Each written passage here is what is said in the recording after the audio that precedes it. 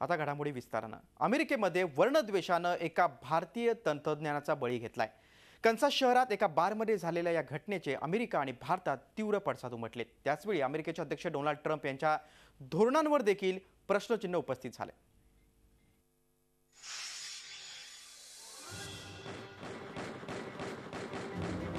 अवघ्या 32 वर्षांचा श्रीनिवास आता या जगात नाही।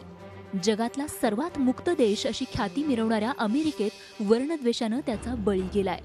मूळचा हैदराबादचा असलेला श्रीनिवास कुचिभोतला जीपीएस बनवणाऱ्या गार्मिन या कंपनीच्या कन्सासमधल्या ओलेथच्या मुख्यालयात तंत्रज्ञ होता।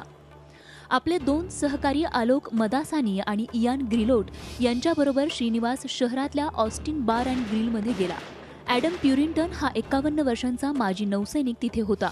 या तिघांची ॲडमसोबत बाचाबाची झाली आणि ॲडम तिथून बाहेर गेला, पण परत आला तो पिस्तूल घेऊनच। अतिरेक्यांनो, माझ्या देशातून चालते व्हा असं ओरडत माथे फिरू ॲडमनं श्रीनिवास आणि आलोकच्या दिशेनं बेछूट गोळीबार केला। श्रीनिवास आणि आलोक रक्ताच्या थारोळ्यात पडले। श्रीनिवासचा रुग्णालयात मृत्यू झाला तर आलोक मृत्यूशी झुंज देतोय। या दोघांना वाचवण्याच्या प्रयत्नात इयानही जखमी झालाय। I was praying for him all night for both of them. Unfortunately, only one of my prayers were heard. He's fine and alive. It's terrible what happened to his friend, but I think he was watching over us last night, making sure that we made it through it all right. Because I was told I was incredibly lucky.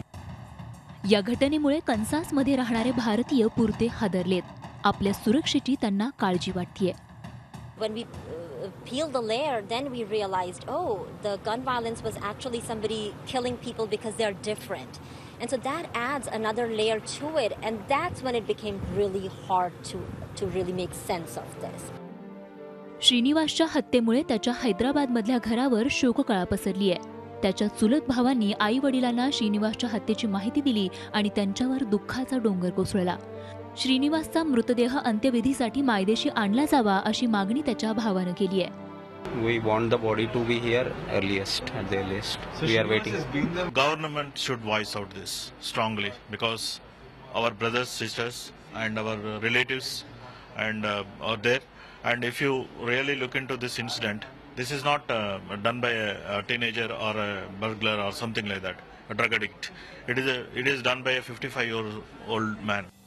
या प्रकरणाचा तपास जलद गतीनं करण्याची मागणी भारतानं अमेरिकेकडे केली आहे। या घटनेमुळे राष्ट्राध्यक्ष डोनाल्ड ट्रम्प यांच्या धोरणांना होत असलेल्या विरोधाची धार अधिकच तीव्र झाली आहे। ट्रम्प सातत्यानं बाहेरच्या देशांमधून आलेल्या नागरिकांवर तोंडसूक घेत आहेत। त्यामुळे स्वतः राष्ट्राध्यक्षच वर्णद्वेषी भाषा बोलत असल्यानं अल्पसंख्याकांवर हल्ल्याच्या घटनांमध्ये यापुढच्या काळातही वाढ होईल अशी भीती व्यक्त होतीये। आणि अशा घटना रोखण्यासाठी अमेरिकन सरकारची मानसिकता तरी आहे का अशीही शंका उपस्थित होऊ लागली आहे। श्रीनिवासच्या हत्येनंतर या घटनेशी ट्रम्प यांच्या भाषणांचा संबंध जोडू नये असा खुलासा व्हाईट हाऊसला करावा लागला। यातच सगळं आलं। Bureau report, Zee Media. झी 24 तास रहा एक पाऊल पुढे।